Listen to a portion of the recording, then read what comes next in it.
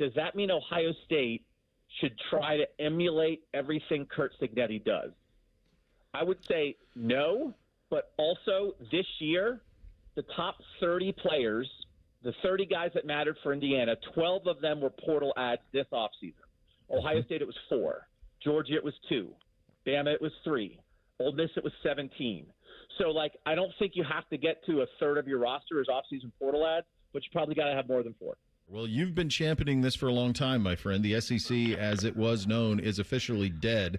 What I am curious about is, along with it, is kind of a way of life in college football for 100 years where traditional powers, college football's had a caste system. The best teams stay the best teams for the most part. We have complete parity. To me, it's going to be more of a year-over-year thing. And I think even around here, Ohio State fans, there's going to be a year when you go 8-4, and it's just going to be kind of a part of how all of this shakes out.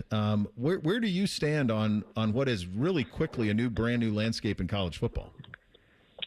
Are you going on the record with 8-4 Ohio State? That's next year. That's a big take, brother. No, not next year. But I do think it's coming. I think that type of stuff is coming. I don't know about that. But here, the thing, and I'm working on this for the Substack, and I'll write about it at some point. I'm doing the research on it. It really is experience and age.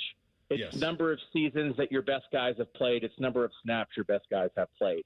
And when we thought that Michigan showed a formula retaining guys in 2023 and winning it all, Ohio State did the same in 2024. We thought Penn State was that team with retention in 2025.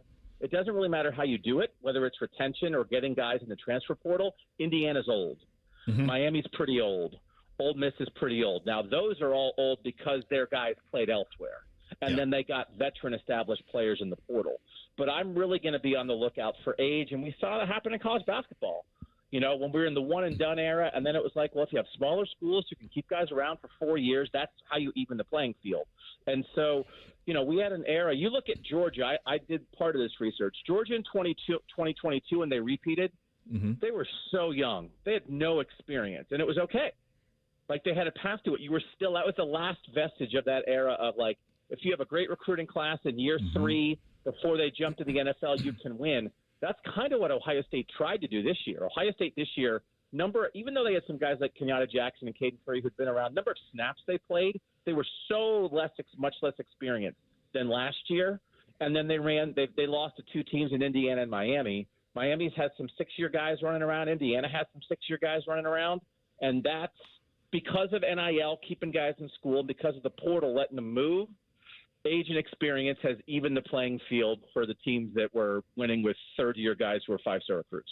Yeah, I guess that's where I'm coming from with the 8-4 at some point is going to happen around here, and it's not going to be all the time, but it is going to happen because eventually you're going to miss on somebody in the portal. Eventually you're going to miss on a quarterback. And that thing that they're so proud of, and they should be, that developed here, I don't know if that's going to exist anymore, Doug, because we saw it this year already in the portal at the receiver position. You remember that picture of Garrett Wilson and Chris Olave and all those guys? That's over.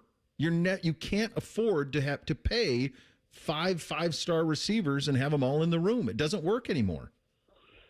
6 of the top 9 recruits from the class of 2024 aren't going to get to year 3 for Ohio State, right? It's that kind of thing. And then it's also one of those things where that's what evens it out. The blue bloods, they lose potential, but then they bring in production. So even something like I think Mason Williams, the Ohio University tight end that Ohio State got, Jelani Thurman were the same class. Jelani Thurman was a top 150 player in the country. Mason Williams was in the thousands. But Mason Williams went to Ohio and played. Jelani Thurman stayed for 3 years here and got blocked, right, and never played. And so now what do you want? It's now Ohio State will take the sure thing. And Jelani Thurman is going to go somewhere else to try to play. So I do think Ohio State, you can already see a little bit of the movement, right? John Walker, Mason Williams, the linebacker from Wisconsin, some of these guys they're adding, it's are we sure they're better than some of the guys they have? I don't know. But if you look at what they were projecting, they were going to project about 6 backups moving into starting roles on that defense. But if you do that, you know what you are? You're inexperienced. So do you just have to find a way to get a little bit – and it's less age than number of snaps that you played. And so you have to find a way to develop your own guys faster, but you also have to be open to trading potential of guys who haven't played on your roster for production of guys who have played on other people's rosters. And I think Ohio State, Georgia, Bama, they're going to start doing that more. Yeah, they have to. Doug, I'd never pay for a 17 and 18-year-old again, unless it's Jeremiah Smith. Like, I wouldn't. If I'm paying for a 17 and 18-year-old, he's starting. He is starting. I'm not going to do anything other than that. And I think you see that a little bit with like Devin Sanchez this year, right? Like, was Devin Sanchez perfect? No.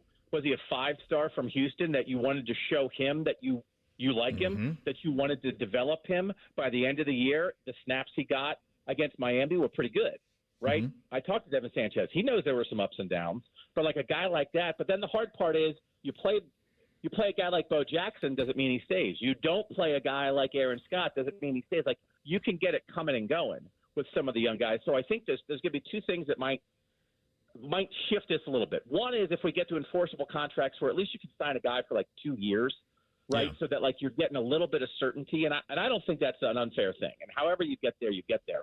And then the other thing is if we get to some kind of rule, I don't think we should have 6th and 7th-year players in college football. I don't find it particularly entertaining that a 23-year-old guy, Keontae Scott's awesome for Miami. He's 23. Yeah. He's a 6th-year guy. It's like, yeah. He picked off Julian Sand. He's 4 years older than Julian Sand. I don't think college football is designed for 23-year-old guys. And it exacerbates the problem because the 6th-year guys wind up blocking some of the 2nd and 3rd-year guys who then get frustrated and transfer. So I think we have to get somewhere with why everybody wants to – Trinidad Chambliss has to get an extra year. What about the guys he's blocking?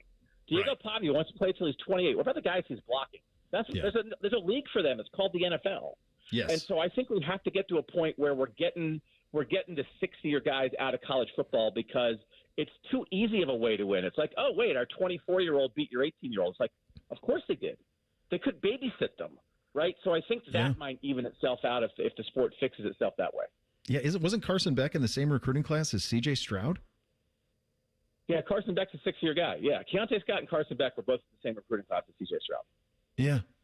I mean, that's crazy. What are we doing? Congratulations, but also is that what we're supposed to be doing, right? And that's not a shot at Miami. They're doing what you're supposed to do. But does that mean Ohio State's supposed to give up on high school recruiting and plan to get 6th-year transfers? Like Keontae Scott and Carson Beck beat Ohio State. Does that mean Ohio State wants to be Miami? Right? I don't know. But Carson Beck made some plays that Julian Sand didn't. Yeah. Right? Well, why did he make it? Is Carson Beck better than Julian Sand? No, he's not more talented. He's 4 years older. Yep. He has 1,800 more college snaps. So then, like, what are you aiming for? So congratulations to Miami. And it's cool the playing field has been leveled. I'm not sure we want it leveled, but with 23 and 24-year-olds. Yeah, and I've said this week. I don't think Ohio State will ever have another redshirt freshman or freshman quarterback. Like Sam Levitt's available. I know what he is. It's just hard because the first year is hard. There's a payoff in year 2. Like, what's year 2 Julian Sand going to look like? It's hard. But you look at Fernando Mendoza, but then you can also look at guys that missed, right? And not every transfer portal guy. But you look at the crop of young quarterbacks that were supposed to be great this year.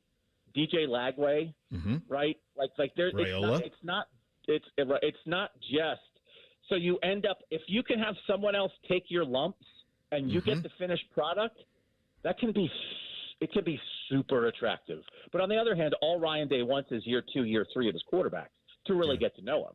So then the idea is Julian Sand has to leap next year. And I don't know how much you've talked about it, and I missed being on last week because I was flying. I didn't think Julian Sand played well. Like, Bill and I rewatched it for we did a full rewatch on the Bill and Doug show. We thought he played about a C- game. And that Carson Beck is not as good as Julian Sand, but he made a couple plays with his legs. He stayed in the pocket, made a couple throws. I thought he played young, and you understand it, but he didn't elevate in the postseason, and that's going to stick with him. But, like, I don't know what else you're supposed to do. I don't know for sure that it's just like, let's get one-year portal guys every single year. I don't know. It's a bind. It is. And it's in because the best example of it is happening tonight. Cignetti.